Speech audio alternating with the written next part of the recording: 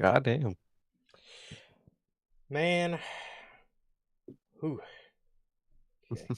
Goddamn is right, bro. Goddamn is right, man. What is going on, everybody? Welcome back to another edition of the Notorious podcast, man. This is episode 247 of the news.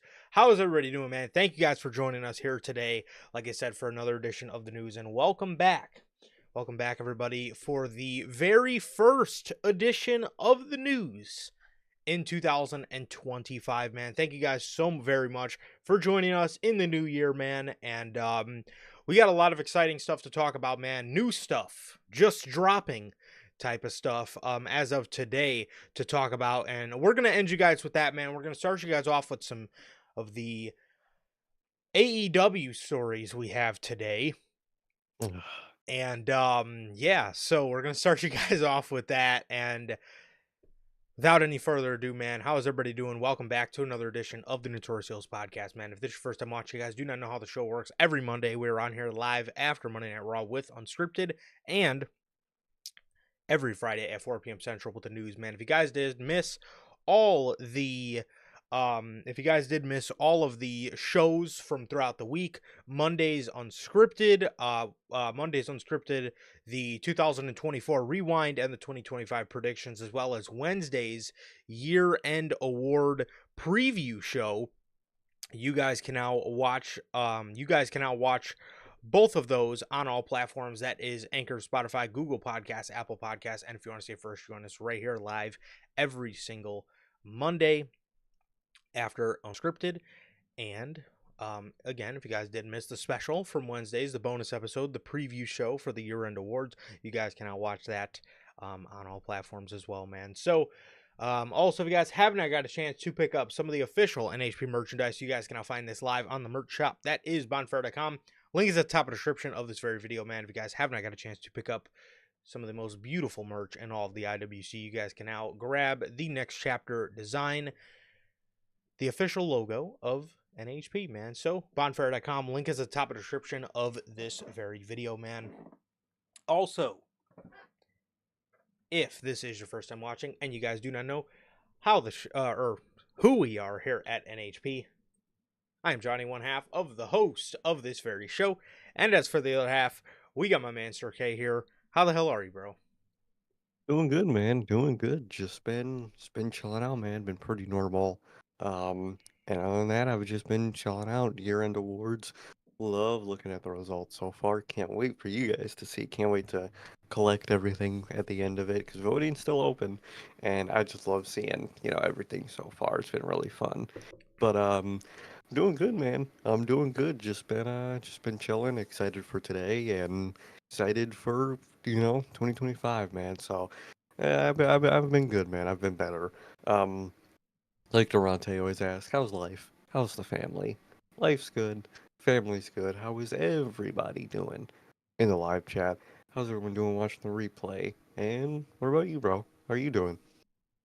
I'm doing good, bro. I'm doing good. Thank you, man. I am at a point in my life where I think that this is probably the first time in a minute where I've been excited to see a change of year.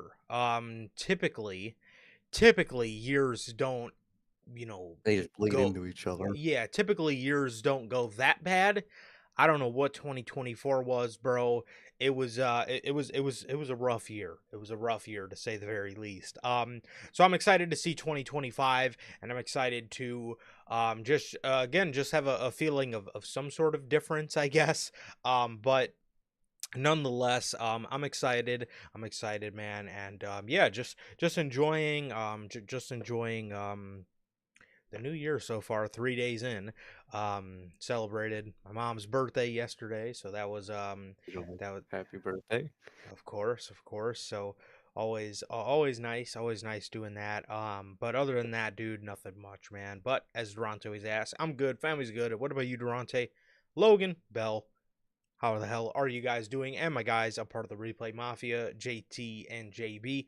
Thank you guys as always for joining us, and yeah, thank you guys so very much, man. Belle says she knows it's a wrestling podcast, but some stuff concerning that. But she watched some stuff concerning that before, and it's got her excited for the new season. So sue her. Well, Belle, Well, I hope nobody talk sues about you. And anything.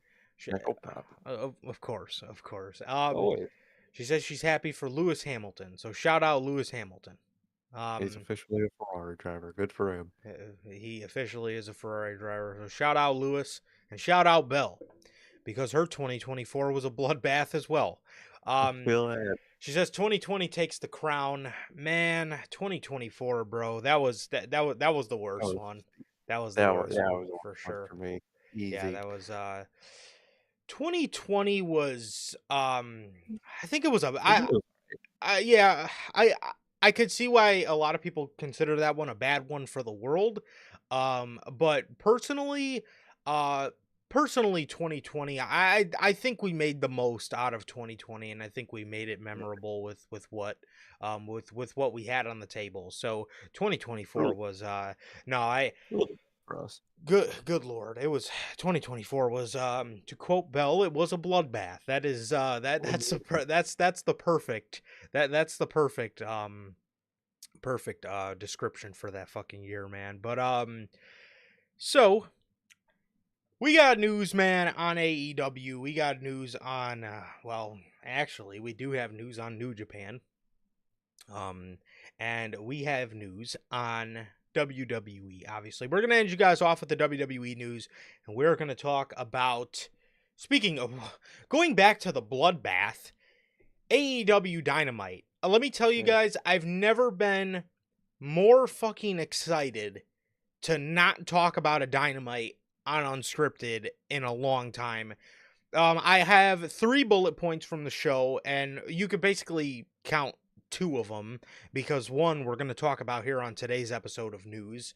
But good lord, let me just tell you guys, I'm so excited that Monday's episode of Unscripted is a Raw on Netflix review. The Oh, preview's I up. can't wait. Yeah, the thumbnail and everything's ready on Netflix or on our YouTube page for the Raw on Netflix. So hope you guys are excited for that, man, because I know I am. But before we get into the news, man, as you can see above my head, the Notorious Heels 2024 year-end awards, man, you can vote for your year-end award winners right now with the link below. It is at the top of the description. You'll see I put it there clear as day. Vote now for year-end award winners. The link, like I said, is below at the top of the description, and the winners are to be announced Wednesday, January 8th. Can't wait. Well, here it is. Wednesday, January 8th at 3 p.m. Central, man. We will be giving out our winners for the categories. We will be giving out the, like I said, my winner, Sir K's winner. And this year, for the first time ever, we will be giving out the winner of the fan vote. So I know a couple of you guys have voted already, man. So if you guys have not voted yet, get your votes in. And I'm so excited to see what you guys think. And judging off how it's looking now, it looks good, man. It looks good. You guys are voting it up, and it looks very interesting, man. So I'm excited to see what the end results to that are. But yeah. So that is it. And again, man, happy New Year to everybody, and welcome to the first edition of NHP for the or the first edition of the news for the new year, man. So yeah. Excited, man. So excited. Go vote, please. Gotti, what up, bro? He says the 3-hour All right. SmackDown tonight is going to cook. I certainly hope so. I know the main event is the Bloodline versus Sami Zayn, Jimmy Uso, and Braun Strowman. I certainly hope that's not the fucking main event of that show. Because Yeah, you better that be. why you couldn't have gotten Jay, or why you couldn't have, I mean, I understand why they couldn't get Roman. Obviously he's going to be on Monday, but God, I mean, that is definitely a decision to go with if that is your main event for the show. But we're gonna start you guys off today, man. What do you want to start with, bro? You want to start with the Young Bucks and the tag division, or you want to start with Adam Copeland? Let's just get this Adam fucking Cope thing out the fucking way, man. Let's do it. Well, say less, bro. All right. God. Okay.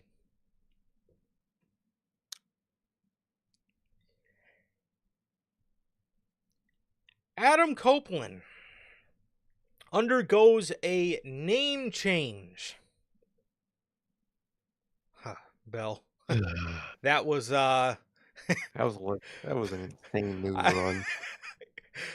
of course, Bell. Of course. How can I forget the constant Voldemort jokes from Bell? But I'm so glad you were here for that because what a time that was. I mean, every fucking week for like 6 months straight, either Vince or CM Punk made the thumbnail of the news. It was an Literally. it was an insane run. It was a fucking insane run, man.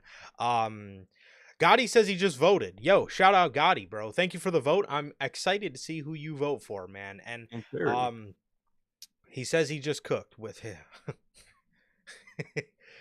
He says all his picks were to glaze Roman. Roman's got a couple of. Let's see, man. Let's see. Roman does I have a give couple them votes for. I give them away, but Yeah, see, Roman. Let's see. Let's see. Roman. he's got a good amount so far. Yeah, He's got good tied Rome. with someone else. Roman does have, yeah, Roman is right, currently right now he is tied with a couple people, but he does have a couple votes, man, and I respect it. I respect it, man. He is the biggest star in our industry today, man. So I could absolutely see why you voted for Roman Reigns, bro. So uh yes, I could definitely. Oh, okay. I just got okay. Never mind. I just got the updated ones. Okay, very interesting. Very And interesting. yeah, I'm excited. I'm excited to see. I'm excited to see what you guys come up with. But Gotti's out here glazing Roman. I do understand it. Again, he is the top star. He is the top the biggest star in the industry today. So I do understand it. But I'm interested to see who you guys go with, man. But by the end of this thing. So if you guys already voted, send it to your friends that maybe don't watch us, but they do want to vote for a good year end award, a good year end award that is either isn't A, completely biased, or B, completely overcrowded. Um, go vote, man. Go vote. Oh yeah. So okay, all right. We tried to dodge it for long enough, and we're here. Typical. T- Typical Notorious Typical Heels AEW. podcast. Trying to dodge the AEW news because it is a head scratching time to be a fan of the All Elite. Adam Copeland. Adam Copeland has uh has undergone a name change. Adam Copeland made his return to the ring. He made his return to the ring on Wednesday night's special Fight for the Fallen edition of Dynamite from Asheville, North Carolina. Upon his way to the ring, Copeland was referred to as Cope by ring announcer Justin Roberts.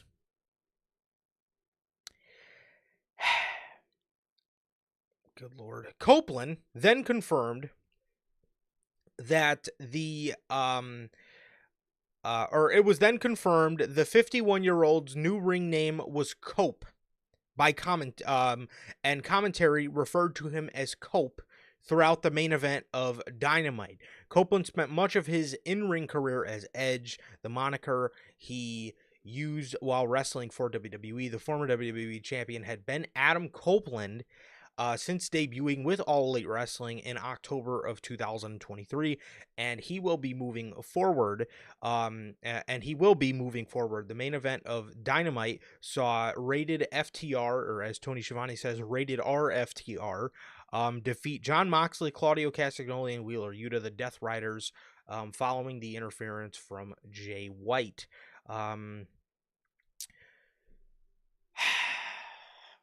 Man, I know you absolutely slaughtered and blew up the group chat after this news happened.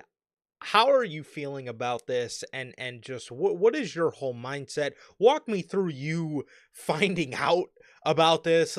Walk me through your Wednesday, because I'm very interested to know how this went for you, because you were pretty hot in the chat, bro. I'm sitting there. Unfortunately, I'm watching Dynamite, sadly. Okay. Okay. Worst part of the Wednesday, always.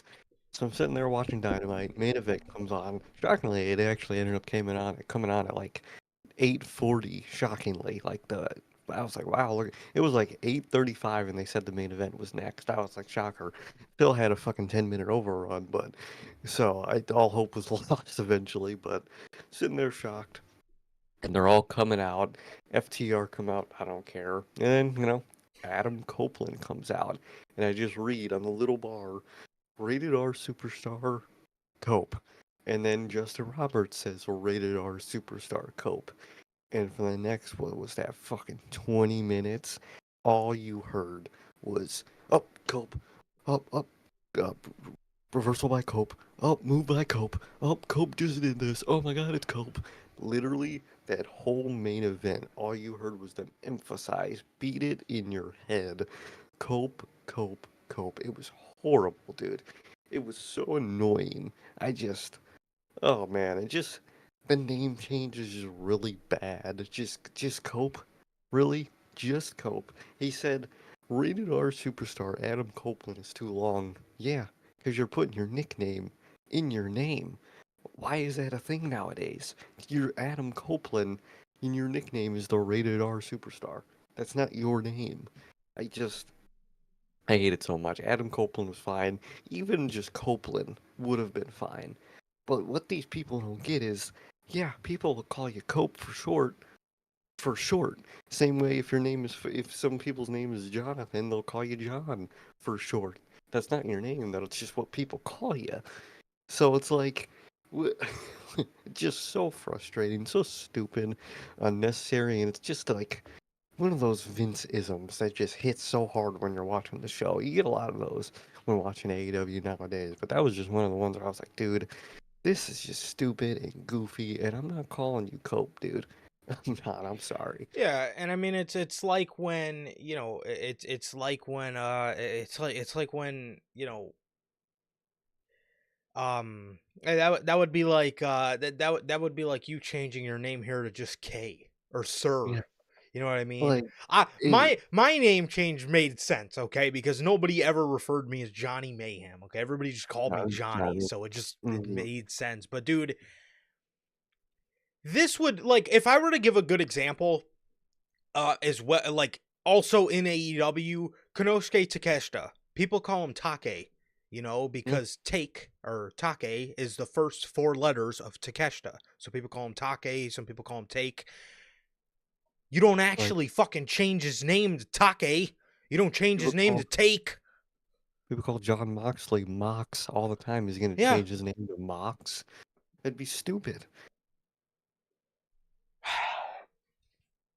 This decision is one that and you see these videos, like you're seeing people post these videos of Adam Copeland, backstage talking to Renee Paquette, and she's telling him, she's asking him questions or whatever, and he's saying, well, I want to get my name to just he said something like, it's weird hearing his government name on the intercom, so he's trying to get Cope as a thing. Or I remember watching interviews when he first came into AEW, and they were asking him, I think it was in the Talk is Jericho he did. He was talking about how he didn't want to fight for the right to get the trademark to Edge because he thought Edge reminded people of the heel character that, one of the greatest heels of all time. I don't know why you'd want people to forget about that. But anyways, that's neither here or there. He wanted people to forget about, Edge, because it reminded people of the heel character he played, and he wanted to, he felt his story, people connected with Adam, people didn't connect with Edge anymore. Okay, first of all, I don't know why you would want people to forget about that, but even in saying that, Edge wasn't the heel character that you played. I felt more of the heel character you played was the rated R superstar, because he was rated R. He was, You know, And he it was he did, was a, he was a son of a bitch, bro. I mean, he was he again, he was, like I said, one of a lot of people's favorite heel of all time is Edge.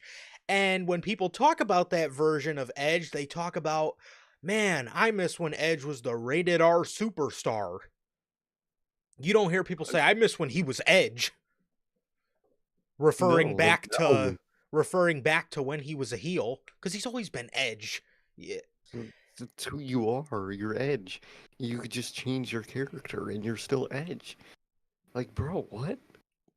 And there is nothing about his act right now that is rated R. If anything, he should call himself the rated corny superstar. Rated C for fucking corny, bro. Corny Cope. That's what his fucking nickname should be, dude. 'Cause, dude, it's the corniest. Dude, he's backstage arguing with the learning trees, telling fucking Big Bill he's got a stupid face. Motherfucker, he looks like you. What are you talking about? He has a stupid face. He looks just like you. Like, what? Oh, good lord, bro. It's just, it's just creatively, dude. Sometimes giving people no creative or not much creative control is a good thing, and I think that's the case with Adam Copeland because ever since he got his own creative control and he went to AEW, it's just a mess, dude. It's cringy shit after cringy shit. He thinks he's cool, and he's just not, dude. See, some people gotta be led, dude. Oh, 100%. And two, is nobody, dude, is nobody capable of saying no? Or Like, like, what, you hear that. And Copeland comes to Tony Khan and he says, "Look, I'm thinking about changing my name to Cope." First of all, I'm looking at him sideways, and then I'm saying to myself, let me do a couple test runs. Let me hear how the commentators say it. And then let me do a test run with Justin Roberts. Let me see how this sounds being announced. Do you know how fucking silly rated R superstar Coop? I mean, what the fuck? And then, especially, what were you mhm, saying? especially with your shit ass commentary, you got fucking Cope. Oh my Dude, god, it's Cope. that was my, Bro, it just that, sucks. I was not able to catch Dynamite live. And once I heard the news, I had to watch this. So, obviously I'm watching Dynamite and there was a bunch on the show. Thankfully I was able to watch without commercials, but unfortunately I had to watch some of the content they put on that show, and it was absolutely the most useless fucking show that you Oh, can possibly even fathom. I do have a no funny joke. commentary fuck up for Monday though, so that part was pretty hilarious. But so I'm watching this match, and Excalibur and Tony Schiavone, the whole fucking 20 Whole minutes. match.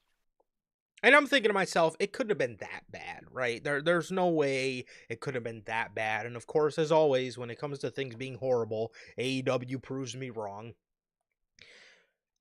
It had to have been, I really wish somebody took a tally on this. It had to have been about 50 or 60 times during this match. Oh, it's insane, bro. It E- was literally every 2 sentences. Every dude, they took the saying, beat it into their brain, and absolutely turned that up to 1000. Mm-hmm. Every dude, I'm not even exaggerating, every 2 seconds, Cope, Cope, Cope, and of course Excalibur, Cope with the hot tag by Cope, dude. And fucking Tony Schiavone, Cope to his feet, Cope, Claudio has Cope in a full Nelson. Cope with the offense. Cope, dude. Dude, it was insane. Beat it into our brains. Holy fuck. I hate it.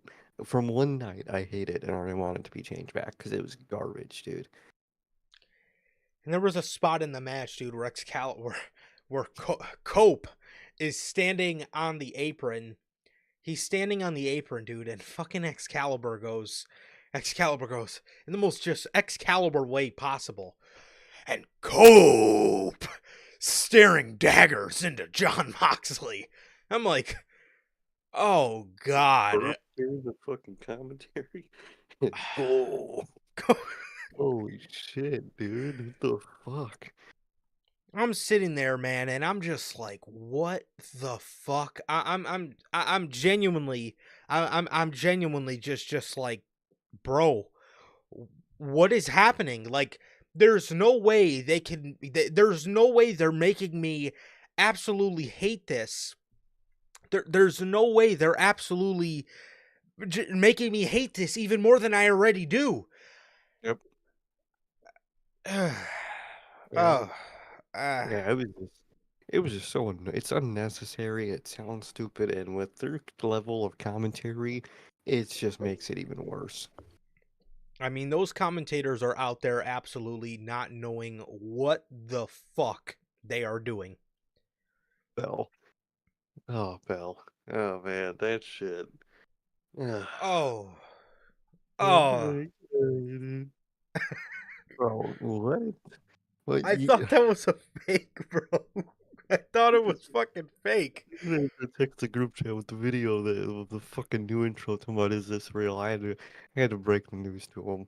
Yes, it I is did it with the fucking SmackDown one, dude. What are these theme songs they're picking? fucking Pointer Sisters. I'm so excited. That, and first of all, what in the world? Dude, what in the world was that intro? I mean, they were Shaq in there, Snoop Dogg was in there. Like, bro, they were on the fucking television program 5 fucking years ago. Why are they in the intro today?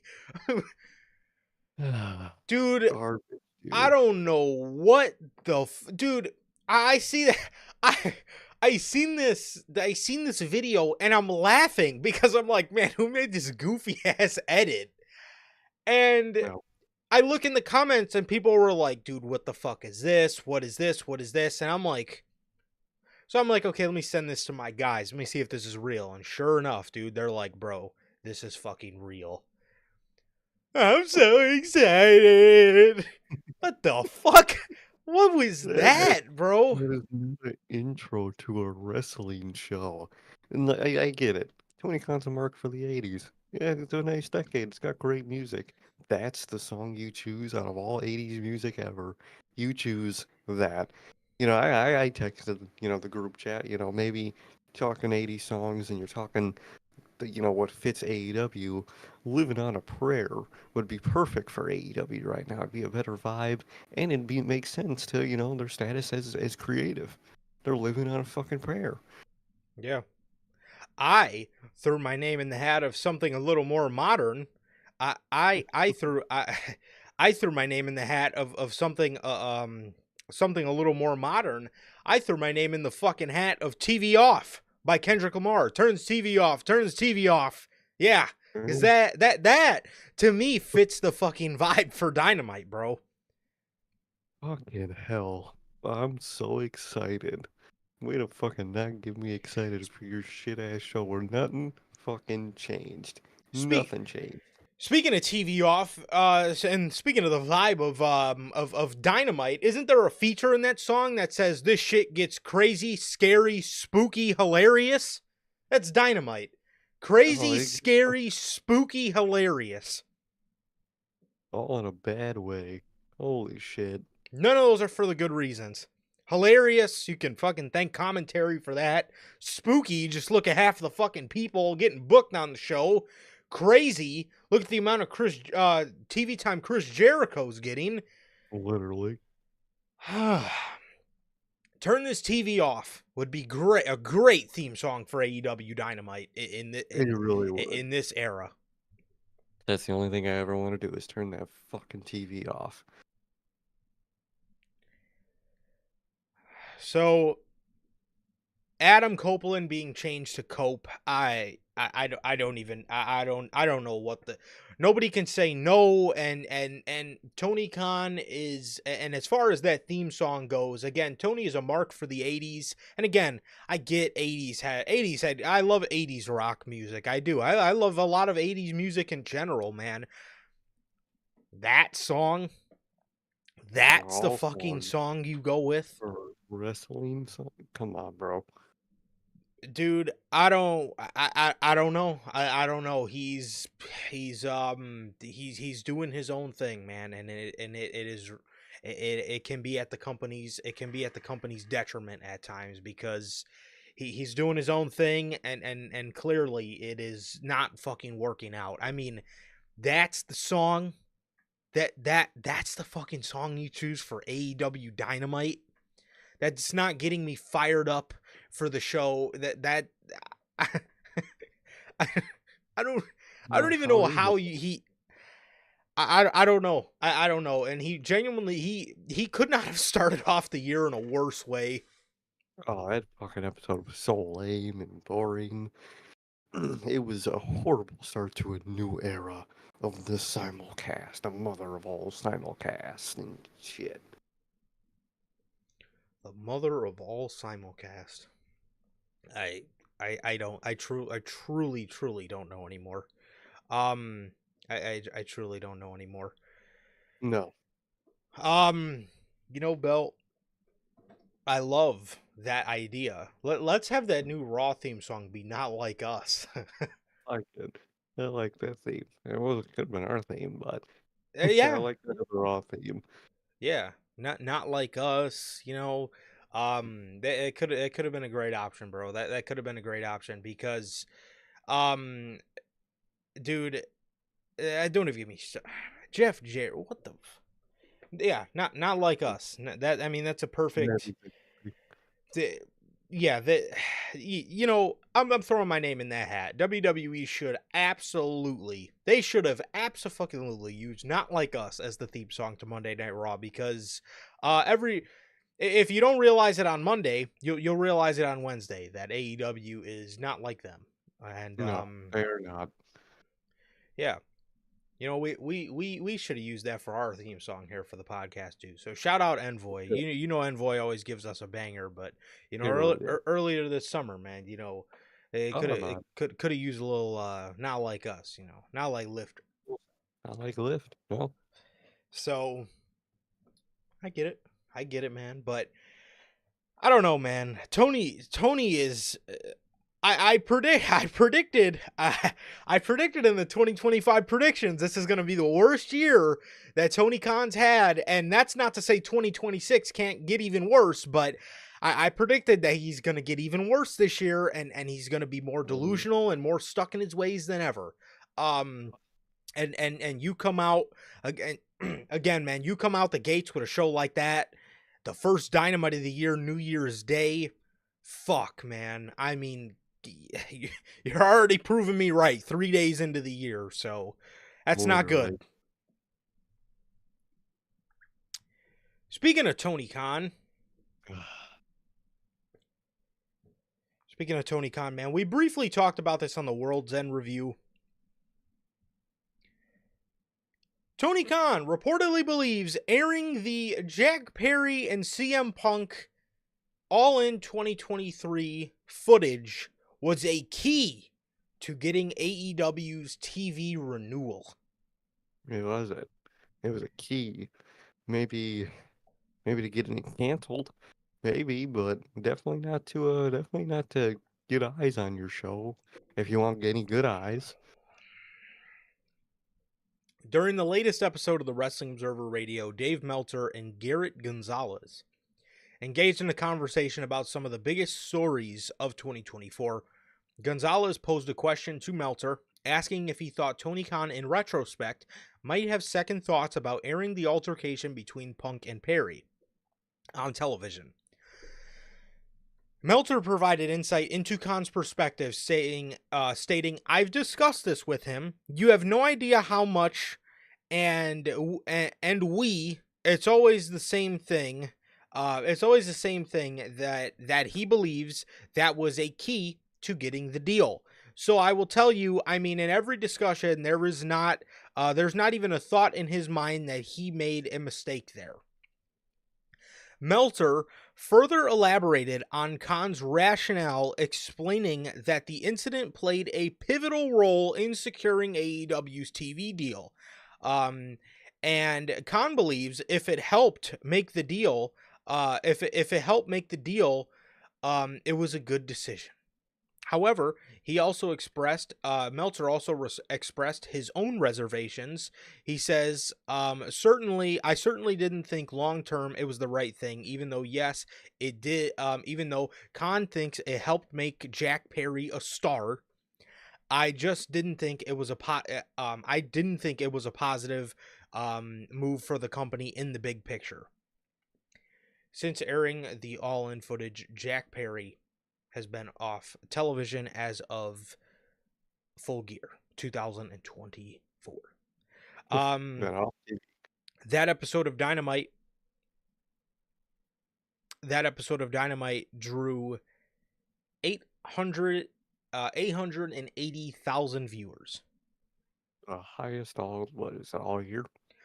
That I'm not sure about, but I do know they It don't. was one of.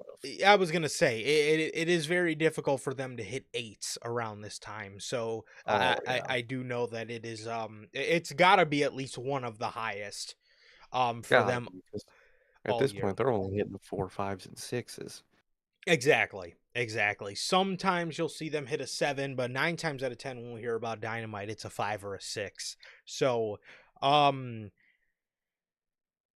are you feeling about this, man? And do you think that do you think Tony Khan is right, man, that this played a pivotal part in getting their TV deal? No, I think he's just a fucking idiot that's coping with what he did. I think Coping. he knows what he did is fucking stupid, and he's never gonna admit it.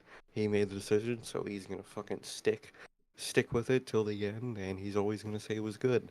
He ended up actually getting the TV deal, so he's just like, oh, this got me that, and that's it. And with Tony Khan, it's just gonna be that, but forever is, make a mistake, no one likes it. They do good financially, and the mistake wasn't a mistake. That's all it's going to be. That's all Tony Khan is. Airing that footage was dumb as hell, made the company look horrible, lost so much respect on so many levels. But they ended up getting their TV deal anyways, aside from that, so they're not going to think it's a bad decision. Who does that sound like? Yep. Story of AEW, right? Or story of Tony Mhm. Khan at this point. What or who does that fucking sound like? Tony Khan, uh I mean, this dude, I'm the more and more we move on, the more and more he just dabbles into being more like Vince McMahon. I mean, you talk about a guy who's never going to admit he was wrong. Nope. He's never going to admit he was wrong. And on top of all of that, he's going to try to sit there and reverse the situation. And instead of saying that airing the footage turned a lot of people away from AEW, he's going to spin it in his favor to try to make himself seem smart and Hmm. say that it was a decision that was key to getting them their TV deal. That's not the fucking case, bro. And let me tell you, if it was the case, just on an offhand, bro, if that was ever the case, then you are basically admitting CM Punk, a guy who in the year of 2024 was never attended any of your shows, never employed with the company in the year 2024, a guy that did not work there that calendar year was pivotal in getting your TV deal.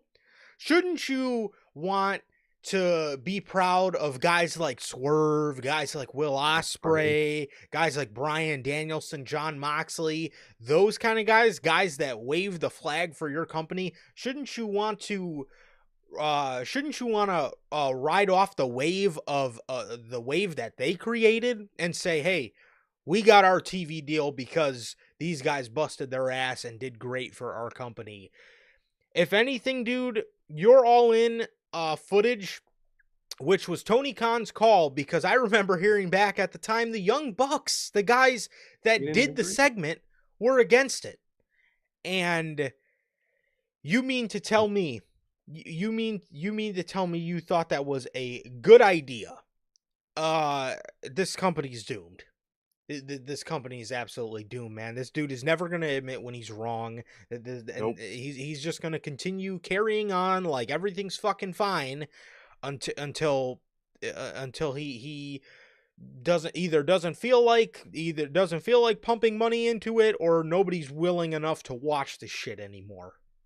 Exactly. It's gonna get to a point where AEW is always gonna exist if Tony Khan pays for it. It's just it'll get to a point where creatively it's gonna end up being nothing the way Tony Khan's going. So I don't know. I don't know. It wasn't a good decision at all. It was an absolutely stupid fucking decision, and I don't know a lot of people in that company that would agree with that. I don't know if Oh, any. Clearly, nobody was willing to tell Tony Khan, or maybe they did, but again, Tony Khan just doesn't listen to him. But not enough people lobbied against not airing that footage because, again, it is something that it is something that was considered a worst booking decision of the year, and I think a lot of you guys would agree with us on that. I think that was oh yeah. absolutely that is absolutely without even batting an eye a nominee for a worst booking decision of the year. And again, they aired that shit all the way back in either March or April, and people are still talking about that after all the dumb booking decisions that happened in They did. AEW. That is one of the ones that still sticks out in the year of 2024, and I think that fucking says something. They've done many, and but look at it, and it's still talked about because it was that dumb. Speaking of Tony Khan and creative, Dax Harwood. Dax Harwood reacts to criticism of FTR latching on to talent. He also sheds some light on the Outrunners not being booked for Full Gear earlier this year. 10-time tag team champion Dax Harwood recently spoke with WrestleZone managing editor Bill Pritchard, who asked if there's something he wishes fans gave more attention to. Harwood doesn't need more attention for championship accolades or specific matches. However, he wants people to be more understanding or less critical about why certain booking decisions are made. Harwood pointed out FTR has been criticized for latching on to star talents like Randy Orton, CM Punk, and Adam Copeland. He also named the Outrunners and Daniel Garcia as other names that they are accused of latching onto because of their popularity. However, Harwood challenged anyone to ask them if they felt hindered by the respective pairings. He says, like I was telling you, there are some people online who'd like to say we latch on to other performers. One of the things was people said that we latched on to the Outrunners.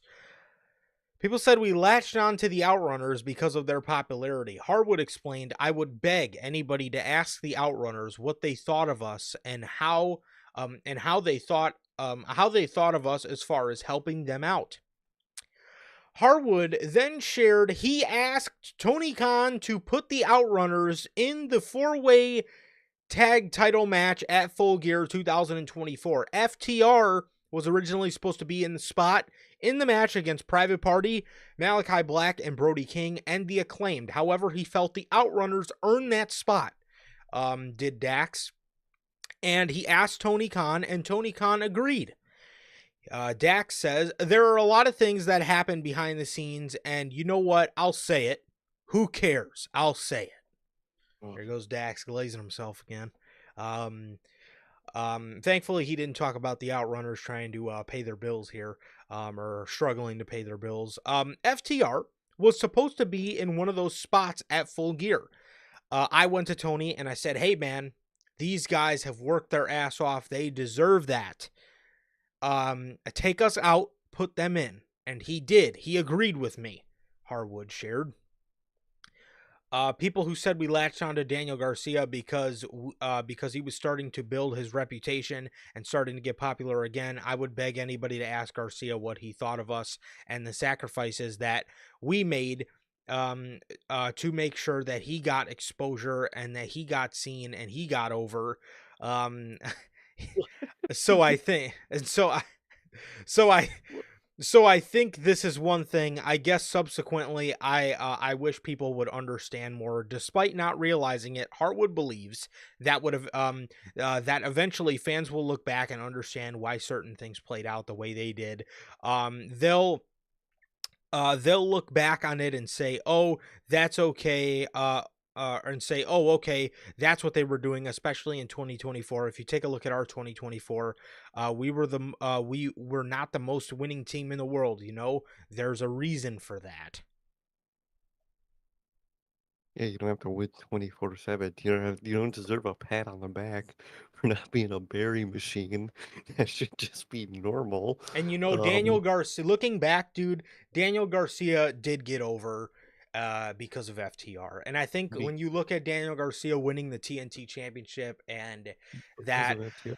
I don't think you're going to look at I don't think you're going to look at I don't think you're going to look at, him getting the bag from Tony Khan. I don't think you're going to look at him passing up a great opportunity in NXT's dying men's division. I think everybody's going to look back and say, Daniel got pushed because of FTR. No, Exactly. sorry. Daniel got pushed because of Dax Harwood. Dax Hardwood and his sacrifices. His What are those? sacrifices, yeah. What are those sacrifices? God fucking knows. But dude, this man had to go to Tony Khan for Tony Khan to use the white hot outrunners. He was just never gonna use them. They were white fucking hot, and he was just gonna completely ignore them. And the worst part about it, since Full Gear, outrunners have been completely ignored. So you could get over organically, and Tony Khan, if he's not a fan of you, he's not gonna use you. He's not gonna care. He'll have to be reminded to use you. He'll use you, and then off gone away. Look at Garcia. Where's Garcia? I couldn't tell you. He's gone too. It sucks, dude. This shit sucks. Creatively, they're doomed, man. He's just like Vince. He likes who he likes, and he's gonna use who he likes. And if you're one of the people he's not a fucking mark for, you literally just won't get used. And that's just crazy work to me.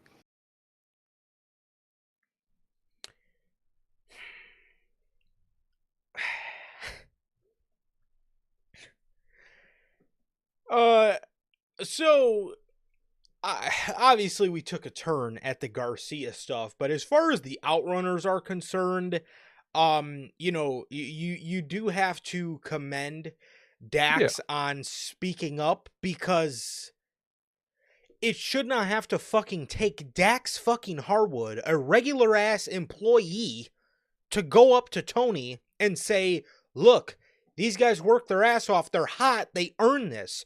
You mean to tell me Tony Khan was going to put stale ass FTR in that fucking match? Oh boy. One of uh, the main things in that Full Gear four-way, people were like, one of the people were saying was, "Oh man, that's cool they put the Outrunners on the pay-per-view." Which is even worse in Tony Khan's case, now knowing Tony had nothing to do with that.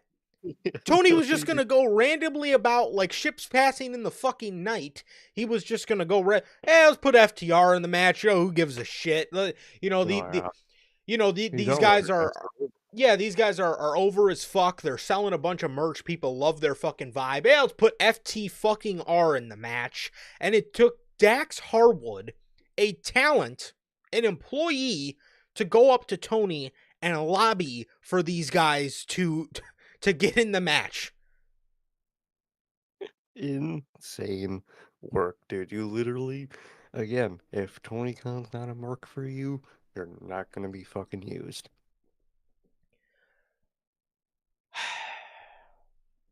I don't understand. As a promoter, dude, you should not be a fan. You should be No, a promoter, because then you can make people fans of other people, not other just people. people who you're fans of. That's why you need a team to remind you and recognize people getting over. Even if you don't see it in them, at the end of the day, if they get used, boom, you end up seeing it in them. Happens all the time. That's why you have a team, not just one person running the shit into the ground. he does not have a fucking mind for this shit, dude. I mean, he doesn't have a mind for fucking production. He doesn't have a fucking mind for striking when the iron's hot and building stars. And you're in a company, AEW, where a lot of people do walk through those doors with not much fanfare, and people get over and people don't. But like, I just don't understand a constant. I mean, this is not the first fucking time we've heard about him, about people getting over and him just not using them. Look at Takeshita. You don't think Takeshita could have been a huge fucking star in AEW? I mean, up to the level of a Will Ospreay and a Kenny Omega? Easily could have been that level, not used. Daniel Garcia slapped a fucking championship on him for the fuck of it, doesn't use him. So many people, dude, so many people fall on that list of they're great, and they just need the company to put in the work, and the company never puts in the work. No, they don't. It's ridiculous, man. It really is fucking ridiculous, dude. But speaking of the Outrunners, before we get to the Outrunners, this all ties back to the Outrunners, but the Young Bucks.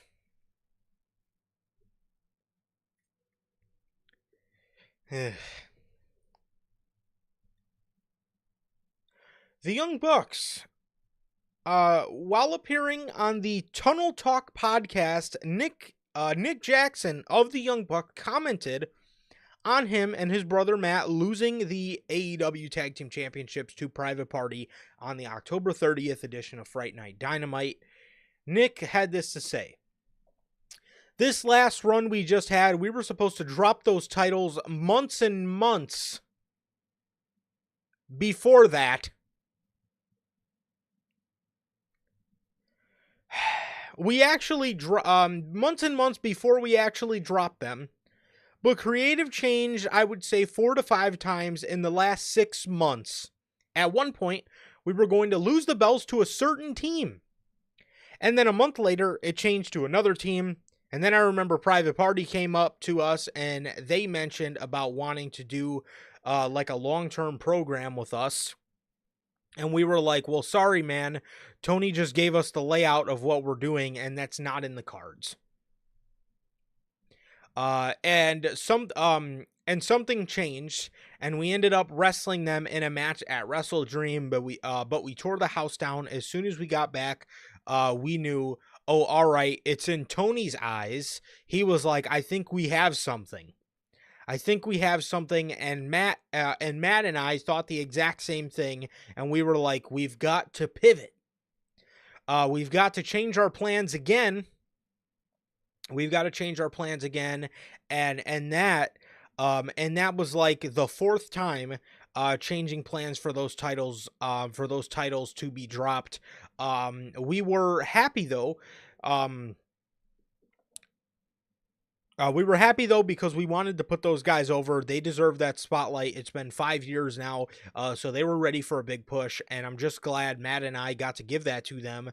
Got to give them that last shove before we left.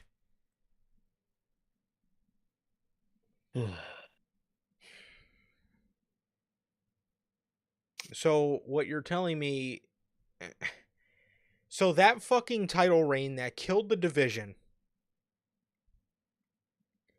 was supposed to be short and sweet. Was supposed to not be long and not kill the division, is what you're telling me. But Tony Khan gave them a layout of what they're doing, and said layout changed 4 to 5 times in 6 months. Who the fuck does that sound like? Dog. How? How do you go from plan to plan to plan to finally guys come up, they pitch a plan. Tony Khan already got his plan, but guess what changes Tony Khan's mind? A match. He watches the match and he's like, oh man, look at these guys. Dude, he's a child. He's literally a child. No, I don't want to play with those toys. Watches a show about those toys, instantly goes and grabs the toys to play with the toys. He is a literal child. He does not belong behind a promotion. He does really. MJF was right. He belongs behind the barricade. He does not Yep. belong anywhere in creative power because he's a literal child. He books like a child. He acts like a child.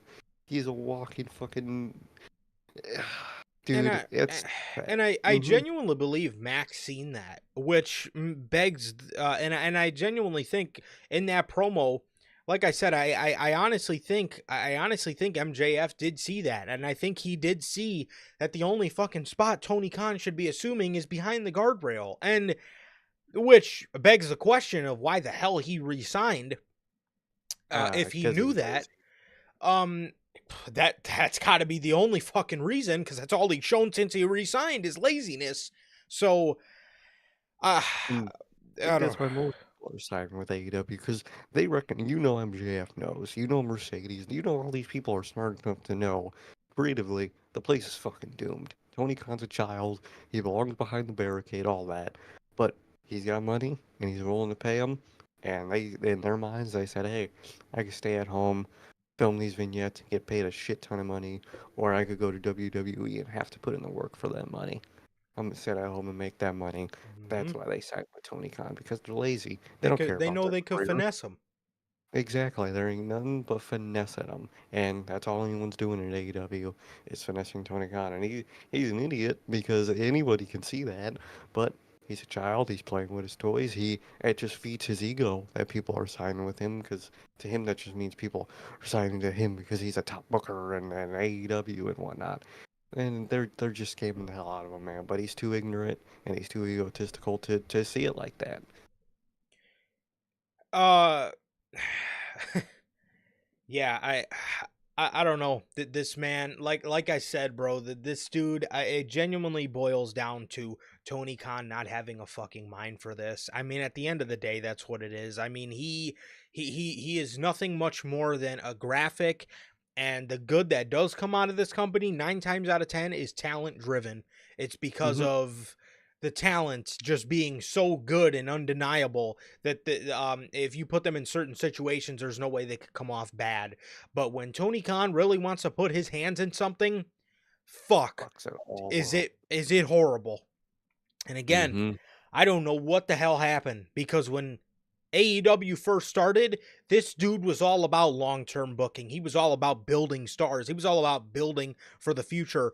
But again, a lot of that came from the time when he did not have much creative control.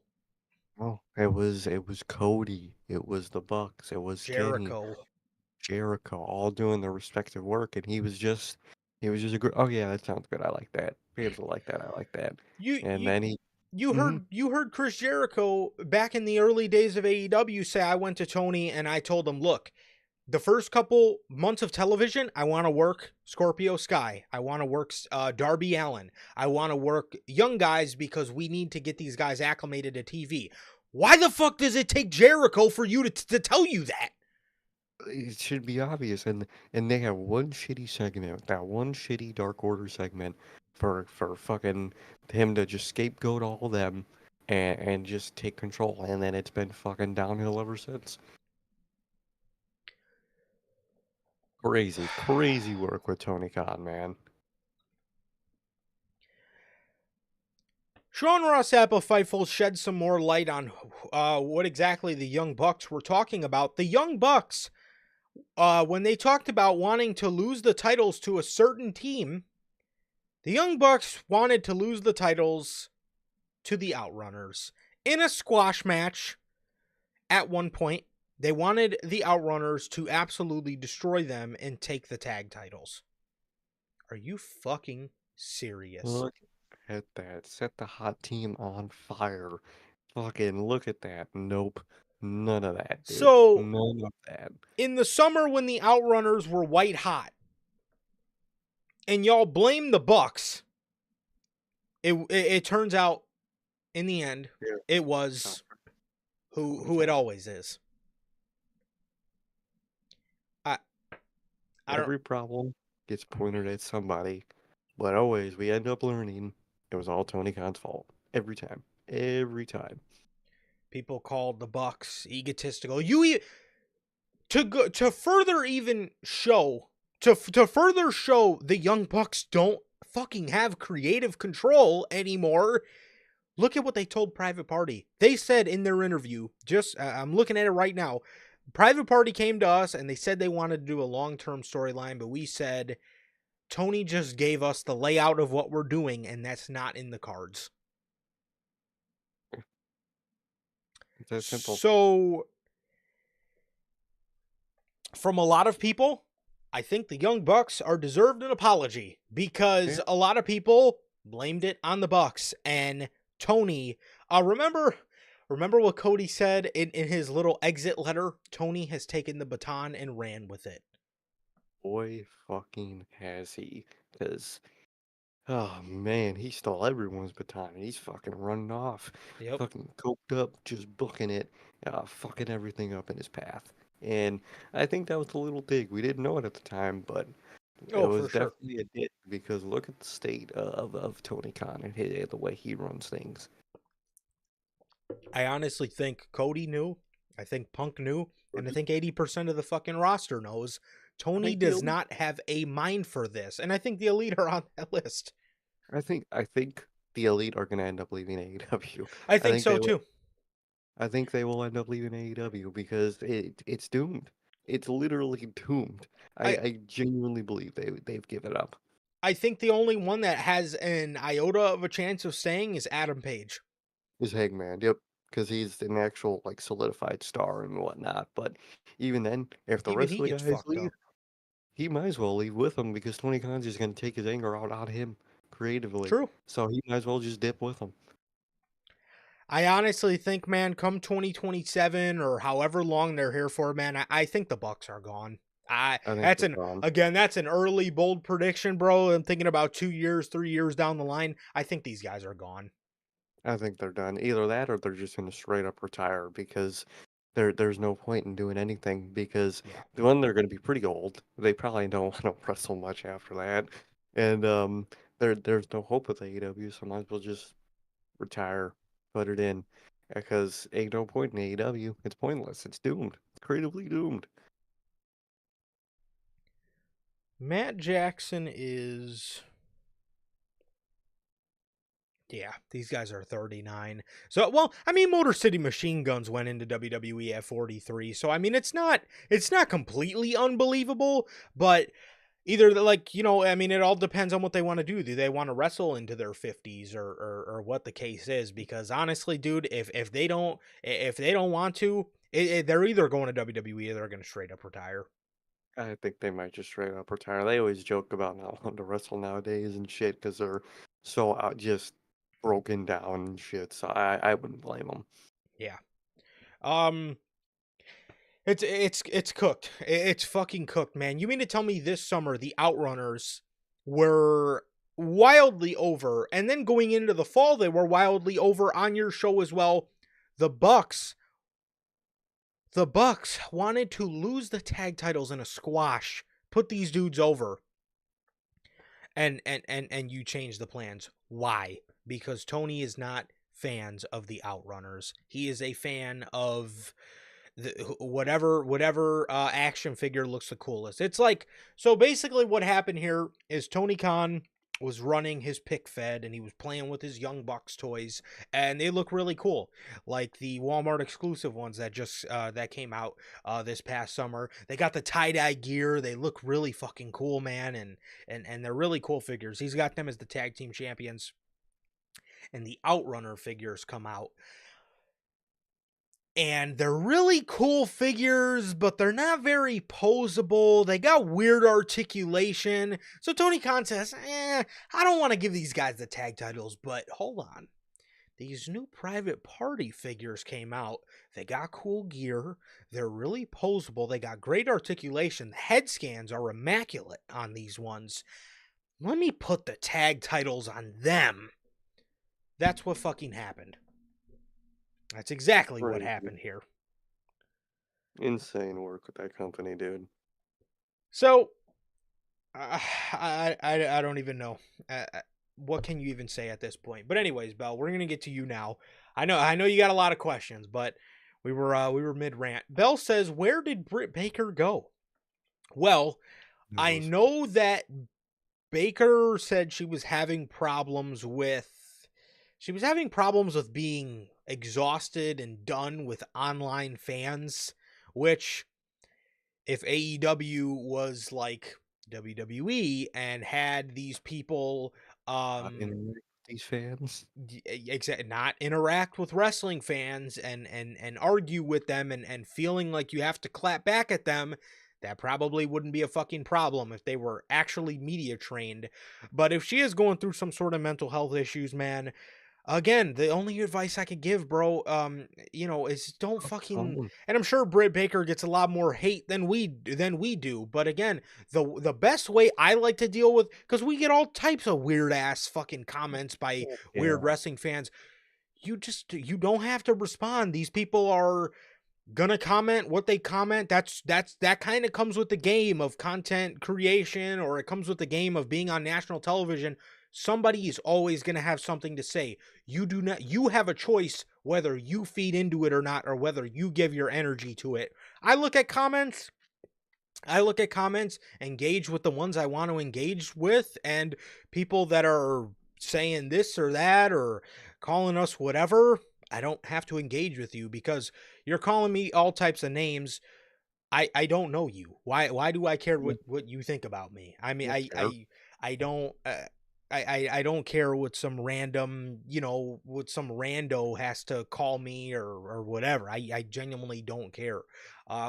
Again, I put my energy into people that are genuine people like you guys in chat. I mean, that's my word of advice. But I mean, I hope she's doing okay. But other than that, man, I mean, I think I don't really think she's gonna be doing much more in AEW, to be honest. I don't know when her deal's up or anything like that, but I honestly don't see her sticking around with the company for too much longer. No, I really don't. I think she also has one foot out the door.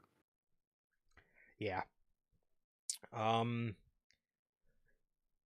that is all the news around the tag division, man. Moving on to some more AEW stuff. Um Speedball, Mike Bailey.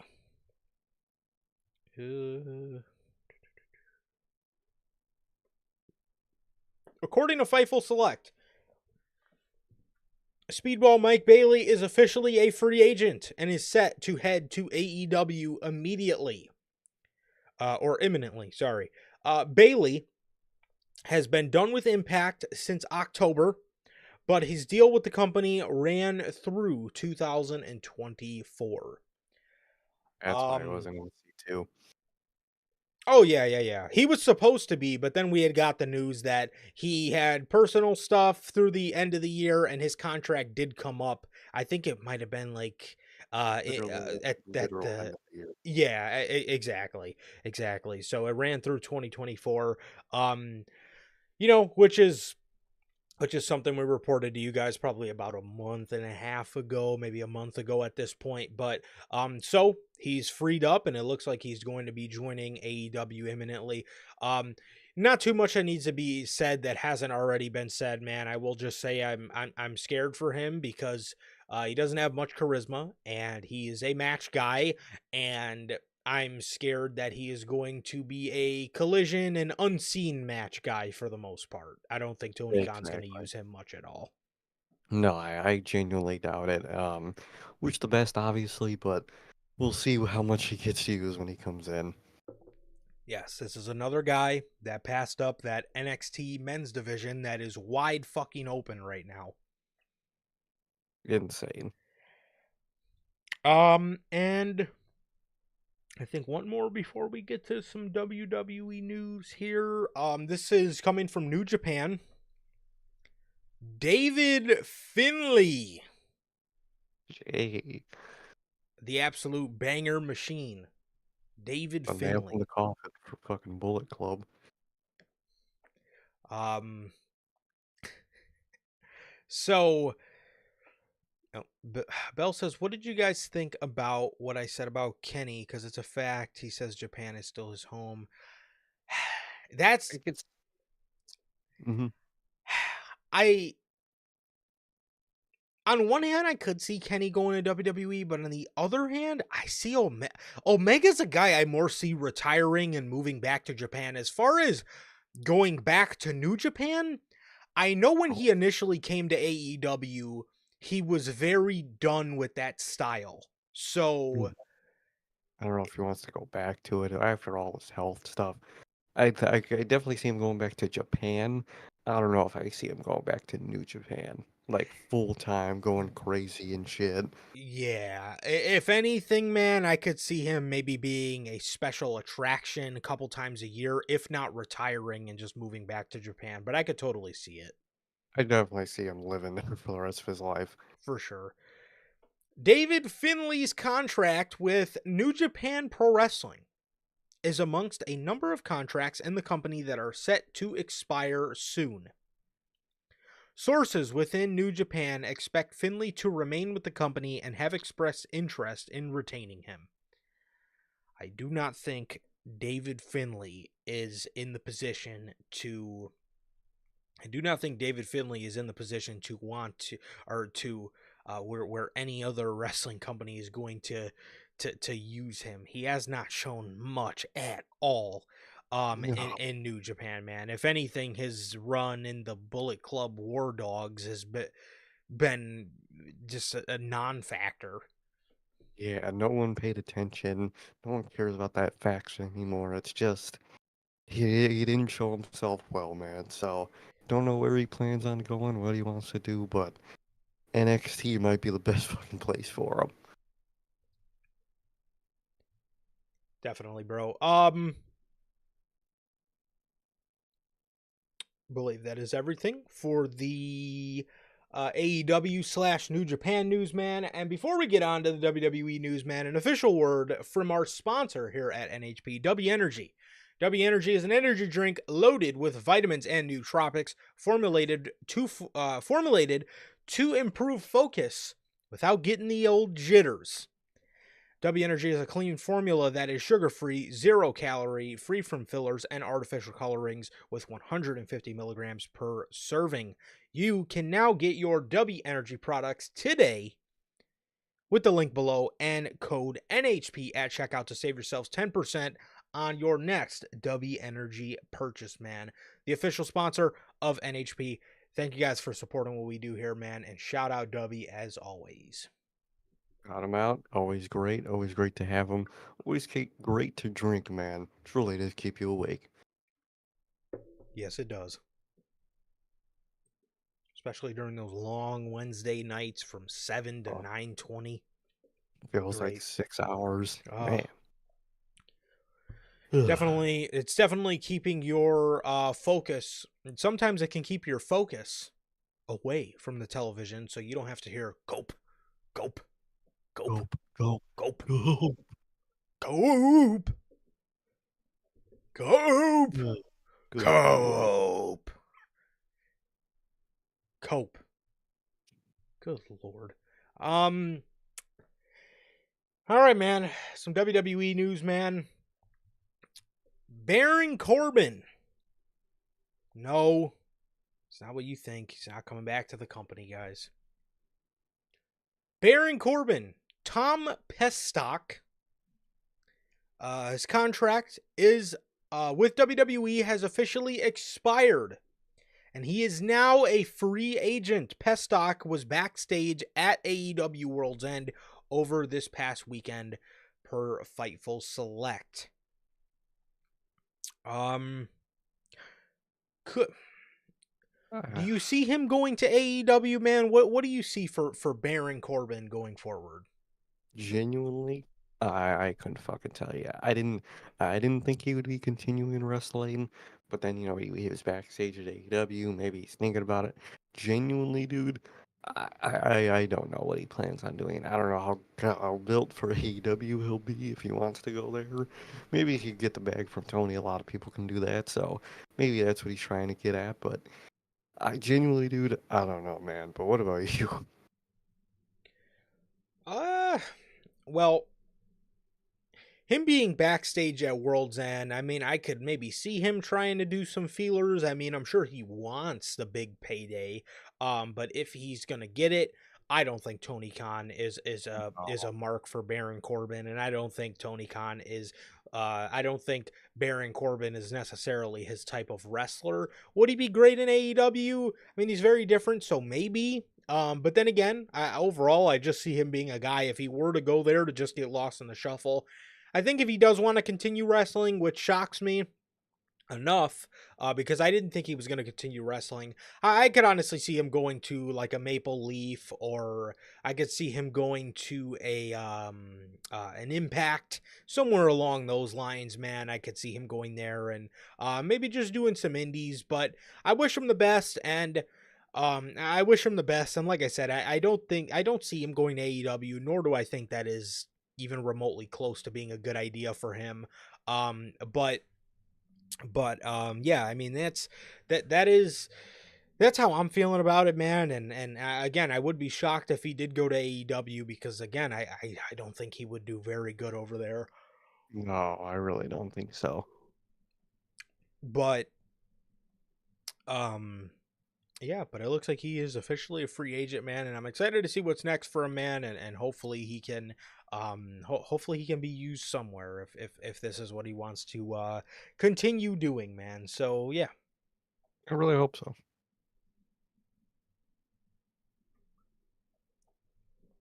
NXT.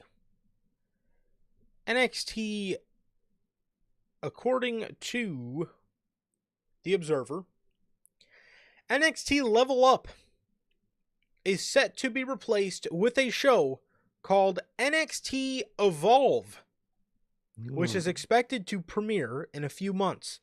NXT Evolve is a Gabe Sapolsky project and will feature developmental talent that aren't regularly on NXT. Okay, I'll have my opinions on that. Um, this overall is it's obviously going to be a show that nobody watches, but it could be, I guess, beneficial to the people that aren't necessarily always on NXT. And I mean, I guess this is just WWE's way of Gabe Sapolsky, I believe, ran Evolve, so I guess this is their way of finally giving him Evolve back after they bought it and canceled it. So I guess this is their way of doing that, which I mean, I guess is cool for to have him something to do, even though I thought he already had a pretty big role in the company as it was. But hey, I mean, their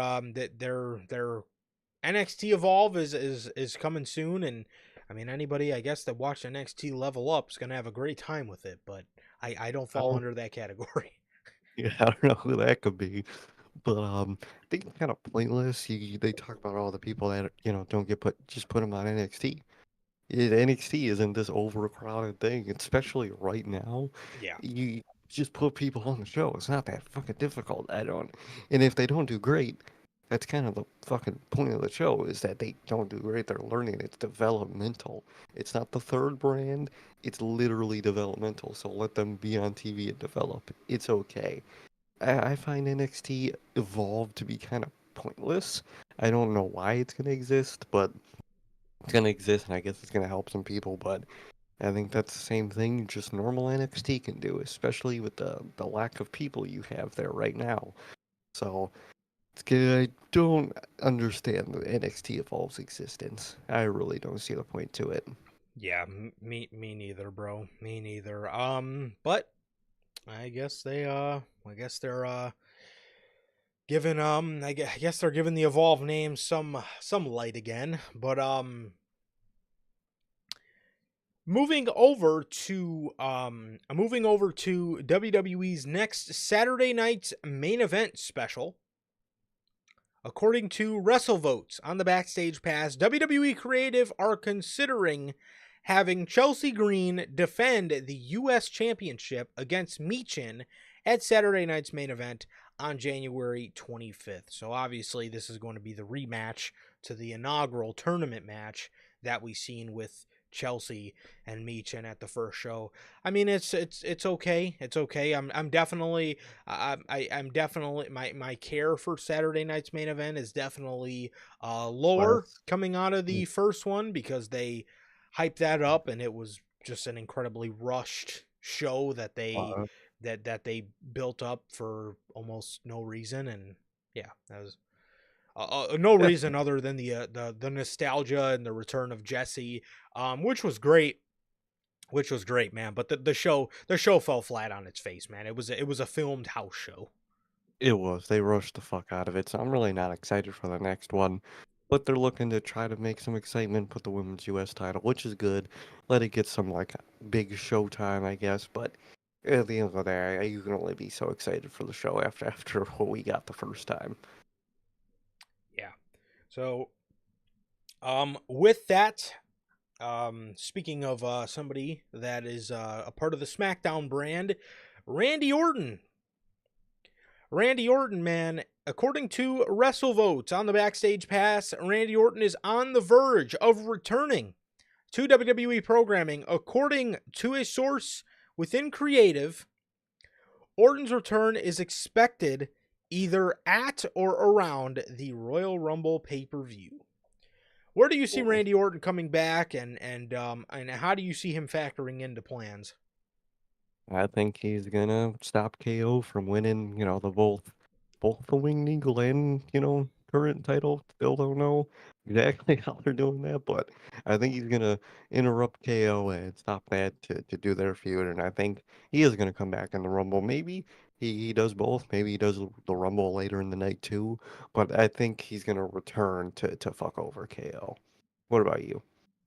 I think so too, man. I think Owens is gonna be, on the ladder, and he's gonna be, fingertips away from grabbing the belt, and I think Orton's going to screw him out of that match and take it from him. And honestly, with the news about what Cody could be doing at WrestleMania, man, I could see this being the Mania match. I could see Orton versus KO being the match they end Mhm. up doing either at WrestleMania or maybe they do it at the Elimination Chamber if they do have something else in mind for WrestleMania. But I think that's going to be um, one of their feuds, at least going into that Mania Elimination Chamber type season, is Orton versus Owens. So I could yeah, definitely. I wouldn't be shocked. I at this point, I'm assuming that's the Mania path for those two. yeah. And speaking of SmackDown, man, being that Orton is a SmackDown superstar, man, according to Chris Featherstone, internally, a major focus for SmackDown, being that it is 3 hours tonight, will be to showcase more underutilized talent on the programming. Blair Davenport has been a name discussed for more TV time and will be off and running with the new 3 hour format for the show. Good. That's what we wanted from SmackDown. That's kind of what we all hoped for SmackDown, man. Is it's 3 hours. Eventually, I'm assuming the Bloodline's going to be off the show eventually. So it's just a whole new, fresh set of younger, more like they said, less utilized people being utilized. Man, I think that's a good path. And I'm glad, and I hope they are a man of their word with that. What about you? I think the same thing, man. I think Blair Davenport is somebody who they could absolutely I think could absolutely benefit, as well as people like Candice LeRae. Candice has got a lot more TV time being now that she's involved with the whole Nia and Tiffany stuff, but I think Blair Davenport is another name that is underutilized in that division. I could easily see her as a women's US champion down the line, and I think she could do great stuff, and this is the kind of stuff that I want to see. I want to see Blair Davenport, and I want to see some names from Monday Night Raw come over that didn't get chances over there and getting chances on SmackDown now. And I'm very excited to see tonight if they show any indication as to how this whole transfer window trade deadline thing panned out. So I want to see I want to see how that whole thing works out, and I wonder how much of a emphasis we're going to see on that tonight. But I'm excited about that, and this is what we need for SmackDown, the land of opportunity. I want to see new faces that were again. I just want to see new faces that either haven't been used or were once used and don't get the light of day anymore. I want to see people like that, man. So Oh, this news 100%. excites me. It does. It's very exciting. I like that. And for the transfer window stuff, they fucking seem like they fucking gave up on it. So I really hope like tonight and Monday we really get all this shit solidified, man. Because if not, then they would really drop the ball on a draft, roster related move again. Yeah, or I'll at least give them the pass until the Raw on Netflix debut because I know you're going to want, anybody that is a name on that show. But after that Raw on Netflix debut, we need to get some official word as to What's who the going fuck on? is going where. Because again, I know you're not really going to give a fuck about a brand split for the Raw on Netflix debut because you're just going to want star power on that show. I get that. But after that, you got to give us some sort of indication who's where, what are they doing on this show, who did they get traded for, something like that. So Mhm. yeah, I don't know, man. So I had just mentioned how Blair Davenport would be a great women's United States champion. And Mhm. speaking of the women's mid card championships, the women's IC title, Oh God. the women's intercontinental championship, according to WrestleVotes on the Backstage Pass, WWE shifted the finals of the women's intercontinental championship tournament, Dakota Kai versus Lyra Valkyria, off of the Raw on Netflix debut in order for the match to not get lost in the shuffle. Uh, Way to kind of just show importance. That's the whole thing. They don't want it to get lost in the shuffle, but like just have it a part of the show. That's the perfect way to not make it lost in the shuffle. But they're moving it. They think it's gonna be better, which it might be. I just think it's kind of funny. They move that thing off the most important show. Way to show its importance is you Uh, move it off the important show onto the next night. So it's just, I think doing the opposite would make the title look better, but that's just me, man. But what do you think? um, I mean, you have a match like Drew McIntyre and Jey Uso on that show, which you could have easily had those guys go out for a promo battle or something like that. And I get you have a star-studded show. I really wish, though, if WWE felt that this was going to get lost in the shuffle or maybe not get enough time, I really wish they would have built around it more, being that you are trying to portray this title as a big deal. And how big of a deal does it look if I get moving it off the show because you want it to get more time and you want it to feel like a big deal. But in doing that, you're moving it off of the most important show. What you wouldn't move something off the important show to make it more important. I mean, No, that's like saying, man, Roman Reigns' match, we don't want it to get lost in the shuffle. We got to move this to next week. No, it's important, so you put it on the no, important show. And I wish they would okay. have had this important IC title match that they're trying to portray to us on the That's important important. show. But it's not on the important show, so we're already off to an interesting start with the women's IC title because what the fuck does that tell you about the championship and how they look at it? So, No, um exactly. I just think it's very contradicting what they're doing here. I don't think it's going to work out the way they think it's working out. so as for that, I'm still throwing my name in the hat of Lyra Valkyria. I want to see Lyra and Io put on a fucking banger, dude. Mhm. Good lord, that was a great match, and I'm excited to see what do I. In some sense, I wish that was the finals, but I do get, being that the finals of the other one was Chelsea Green and Meechin, you're not putting big stars in these matches, which I actually like because that's the point of these women's, you know, I did predict we would see a Bailey versus Chelsea Green final, but at I'm the end of glad the we day, didn't. I like that they didn't just put Bailey because she's a big name in the match. I like that they put two smaller names in the match because it just gives off the vibe for the championship as, you know, these championships are going to be centered around new faces. And I think Lyra is perfect to be the I think inaugural it is. IC champion. So I like the decision a lot. I think so. I think so. I think that's a good decision. The people they went with. It's not just well, Bianca can't be world champ, so let's make her the mid card champ. That's Yeah. because that's what I had a feeling it was going to be, and I think it still might eventually devolve into that. I wouldn't be shocked, but Mhm. at least so far, it's going in a good direction. It would just be nice if you showed importance by putting it on the important show. Definitely, and I really would have loved a EO versus Lyra final because they just had an amazing match on Monday, and but overall I love that they did put Dakota in there and they decided to throw her a bone instead of going with young up and comer versus big star. They went with up and comer versus a sort of a veteran that just doesn't get the time of day. So I like that. So Exactly. Nice to see. yeah, that is that. And speaking of Lyra Valkyria, somebody who she has been rumored to feud with upon her return, Becky Lynch. According to WrestleVotes on the Backstage Pass, Becky Lynch is expected to return to WWE programming shortly.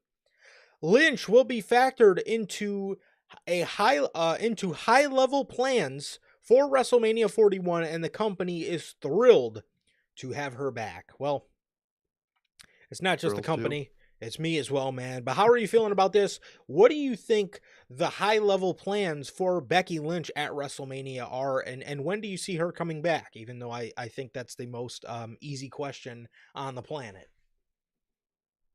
She could come back very soon. I could see it the Raw on Netflix, obviously. Maybe they do Rumble.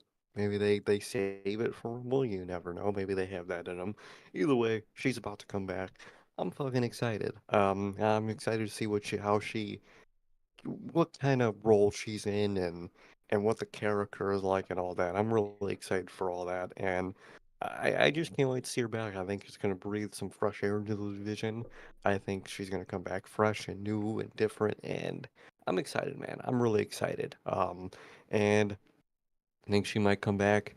Raw on Netflix, maybe Royal Rumble, but more than likely maybe Raw on Netflix. I'm not too sure, man. But either way, I'm just excited, man. But what about you? I think for sure, you know, with all the media she's been doing around the Raw on Netflix, I think she's absolutely back on Monday. Which again is another reason which kind of shocked me as to why Lyra and Dakota got moved because I one of the things that was kind of thought about it in my brain was, you know, maybe Lyra wins the IC title, Becky comes out to celebrate her, and maybe they do a friend angle for a little bit. Either that or Becky just straight up turns on her right there. But personally, I would maybe do the befriending angle because First, I would like Lyra to get a little bit of a reign before she goes into maybe at least have one or two defenses before she goes into a full on program with Becky Lynch, which I think is going to be great. But I would just like her to get a little just one or two defenses under her belt before that takes place. And I would do the friend. You know, I'm so proud of you. I'm a proud teacher type story and then have Becky yeah, Lynch turn on her. And I think that would be a great way to go with that. But I do see Becky Lynch, like I said, with all the media she's been doing for the first Raw on Netflix, I think I think it's very obvious where Becky Lynch is going to be on Monday. I think it is. Speaking of Monday Night Raw, Netflix will be adding new content slash episodes every month to the Raw Vault. As is the same for SmackDown and NXT vaults internationally. All Currently, not all episodes have been uploaded, as their idea is to keep people paying for new content. So I'm assuming this Smart. is only internationally, or I think it's everywhere. I think it's just what they're because I've Okay. been hearing word that were reactions that people are very disappointed to see the amount of old stuff so far on Netflix. So I think it's which is going to what they're going to be doing in general for everybody is just slowly drip feeding just old footage when they want to. Which I mean, from a business standpoint, it makes sense, man. But if you're really looking to go back and live a certain memory, It'll suck that you have to fucking wait to fucking whenever they drop it to see that shit again. Well, I guess those people got to go over to Peacock. So I guess that's where they could find what their heart desires. But that's interesting. Bell says she wants Becky to come back and cost Punk the match to lead to an AJ Lee comeback. I seen it's been Thank 10 you. years.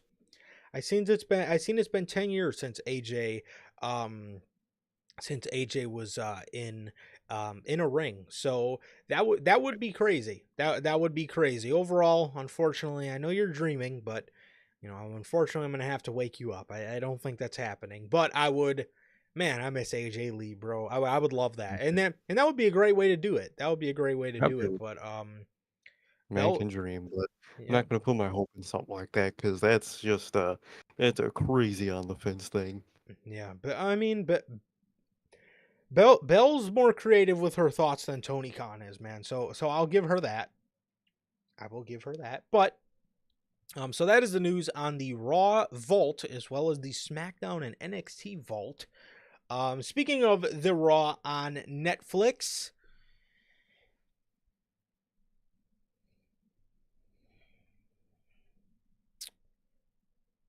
the announcers for said show.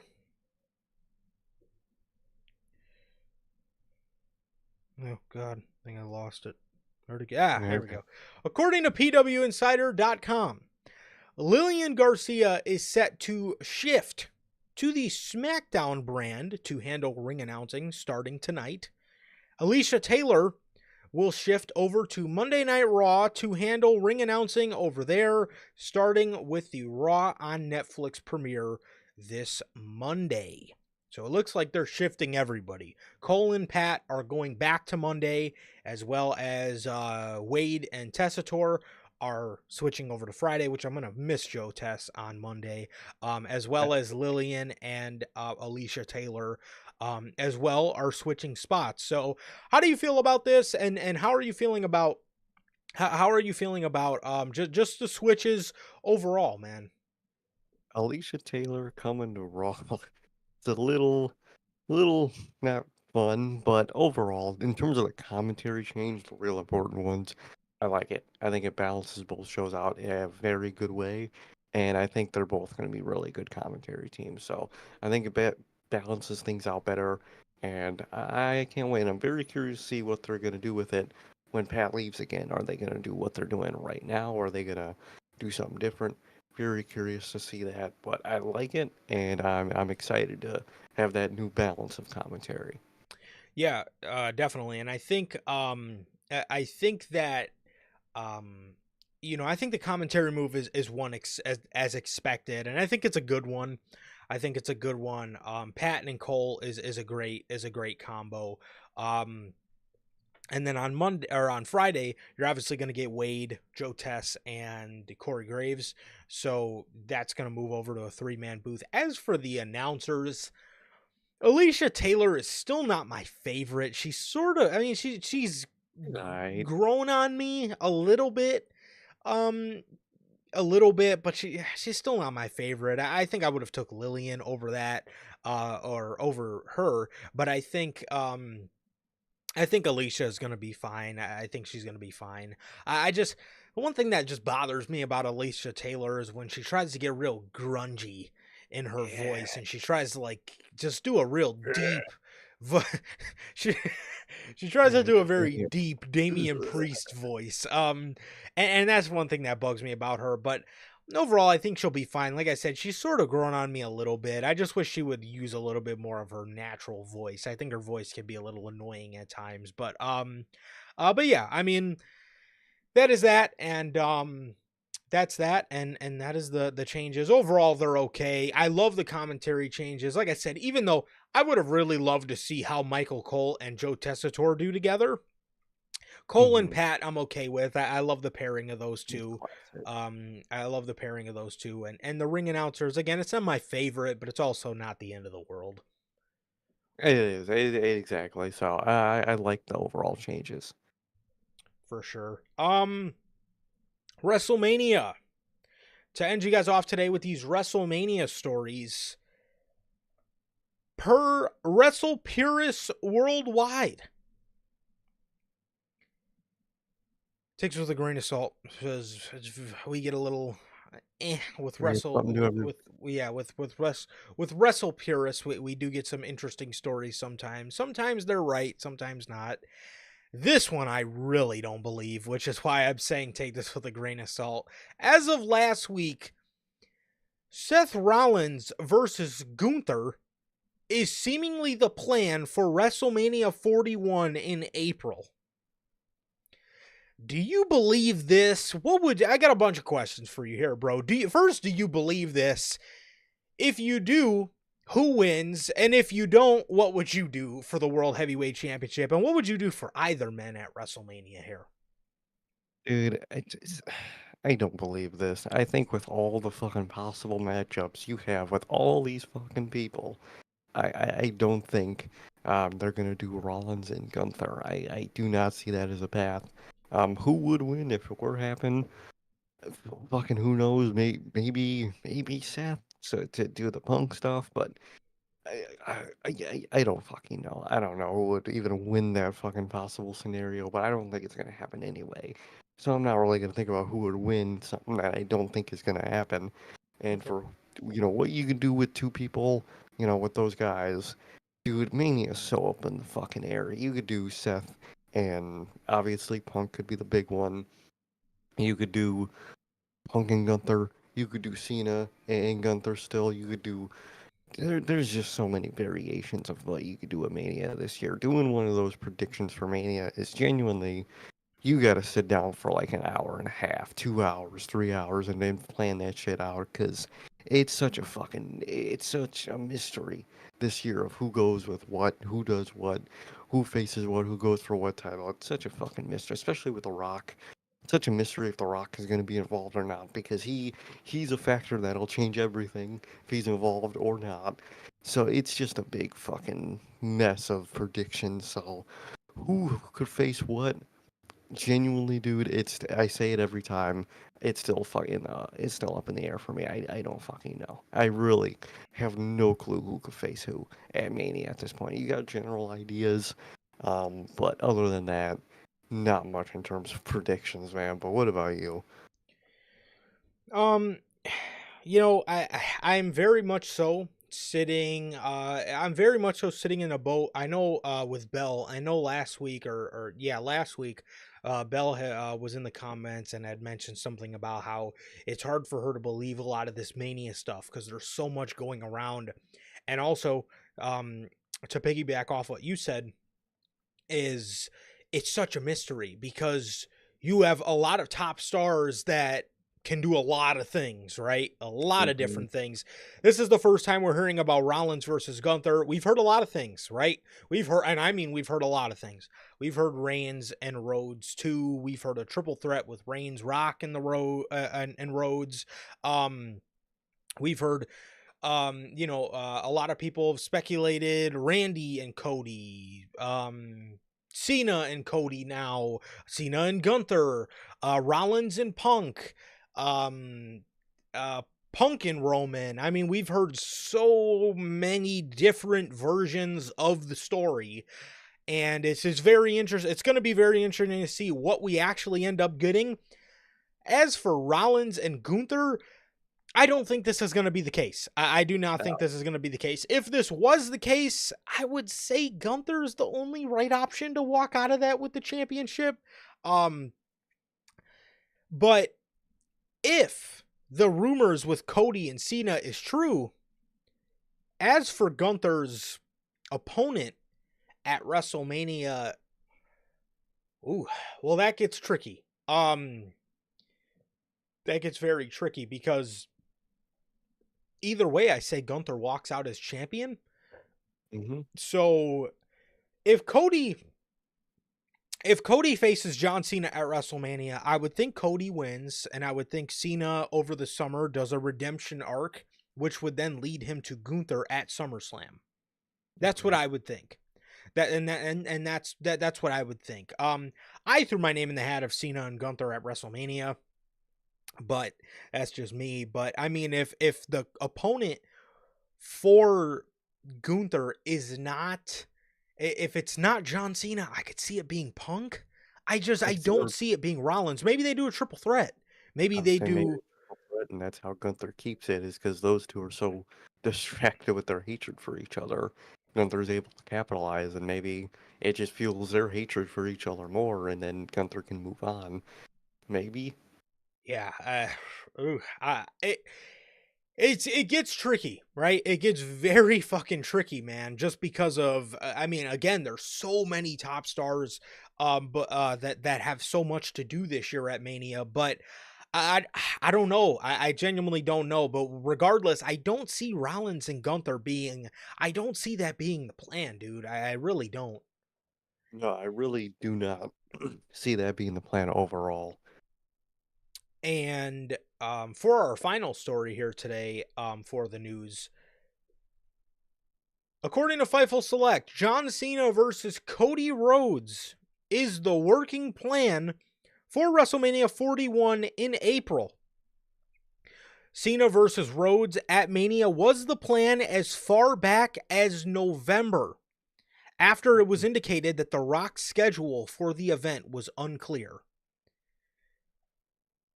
What do, I, what do you I, mean? Oh, what were you saying?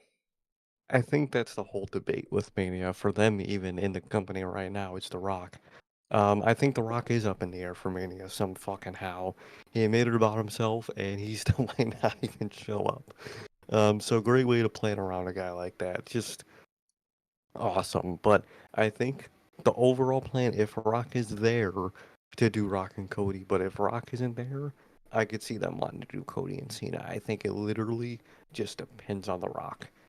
And fucking Bell, do not remind me of that, because you reminded me of that, who Gunther's opponent could be, and it better not be him. Who are we thinking? Who are they planning on him facing at some point? Oh hell no. No. No, no, no, no, no, no, no. Oh god, why would you guys even remind me of that? Oh, It's possible. it is no, please. Oh god. No. No, no, I'm no, more, no, no, I'm, no, no. I'm more the hashtag I'm with AEW shirt at that point, bro. Don't make me wear that shirt. No. Yeah, I was gonna say they might have me walking around with one of the hashtag I stand with AEW shirt. Do not fucking do that match at WrestleMania. No. No, no, no, no, no, no, no, no, no. No. No, No, please, please, for the love no. of God, no. Please don't do that. No, God. Oh, God, I hate that you guys reminded me of that. Oh, yeah. Oh, God. Oh, I completely forgot about him, too. God, I don't want to think about him today. Oh, God. I don't, no, Oh, please. great. Let's hope he does not. No, no, no, no, no, no. Ah, okay. Back to Cena and Rhodes, because I don't want to think about that man, and I don't want to think about him even remotely being close to a Mania match with Gunther. But if you're looking at WrestleMania, the Rock schedule for the event was unclear in November. Somebody above him, Ari, I don't know if Triple H needs to go to Ari. I don't know what needs to be figured out. I don't care what this guy's got going on. He needs to let somebody know fucking least 9 months in advance. The Yeah, way Triple H books things, it needs to. He can't keep doing this every year, bro. The fucking. Is he gonna be there? Is he gonna. And then at the last second, he's there, and, 1 minute he's not gonna be there. And then he comes to Raw or he comes to Bad Blood and he feels the mana and he gets the urge to do Mania. He can't keep doing this, bro. The Rock no. needs to make it The Rock needs to make it evidently clear at least 9 months in advance. Hey, I'm doing Mania. I'm gonna have my, I plan on having my schedule cleared by then, or hey, I don't know if my schedule is gonna be cleared by then, so just go ahead and do it without me. It's fine. I'll do another year. This can't keep fucking happening, dude, because The Rock has got to be one of the biggest fucking headaches for Triple H. It's probably not even fucking funny.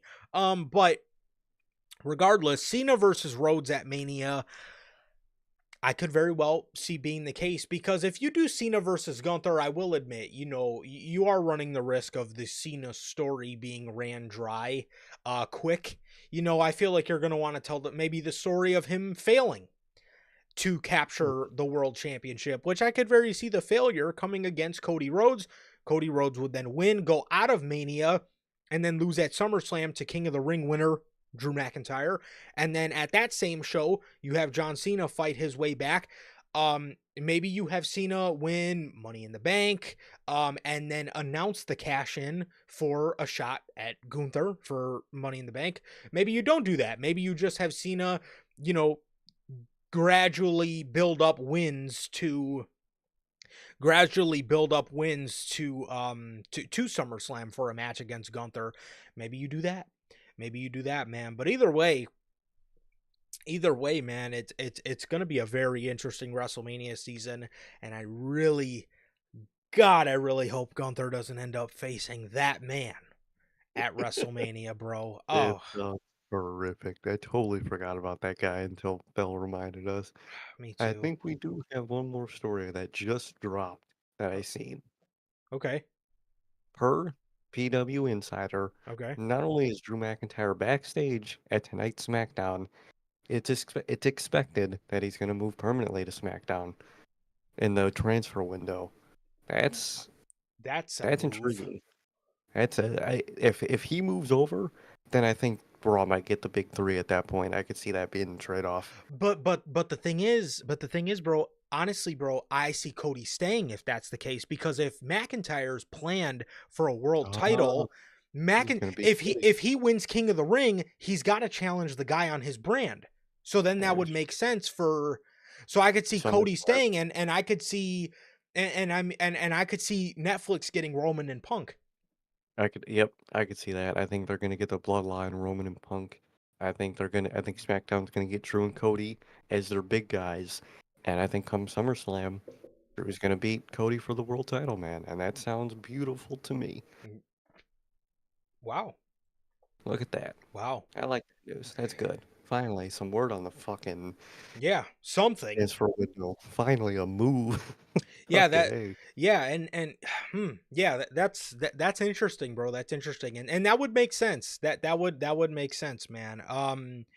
But well, that's the thing too. I thought that as well, and I know that Netflix, obviously Netflix wanted Cody, Roman, and Punk. But people in WWE kind of laughed at that, and I honestly think they're going to be getting Roman. I I think think they're they're going gonna to be get Roman. getting, yeah, I think they're going to be getting Roman, and I don't see WWE giving them all three of them. So I honestly see Cody staying on SmackDown, and I I know don't see that's, Gunther going. I don't. yeah, I don't see Gunther going to SmackDown either. I feel like we maybe would have got a little more teases into that if that's the Yeah, case. I Um, think we would have got exactly more of it. yeah, but Drew moving over to SmackDown is a decent move, and if Drew wins, King of the Ring, if Drew wins King of the Ring, man, obviously he's gonna have to challenge the champion of his brand, and I really don't see Drew versus Gunther being something in the plans. I don't see them wanting those two guys to cross paths right now. Um, and I could see McIntyre staying on SmackDown, and then eventually challenging Cody. But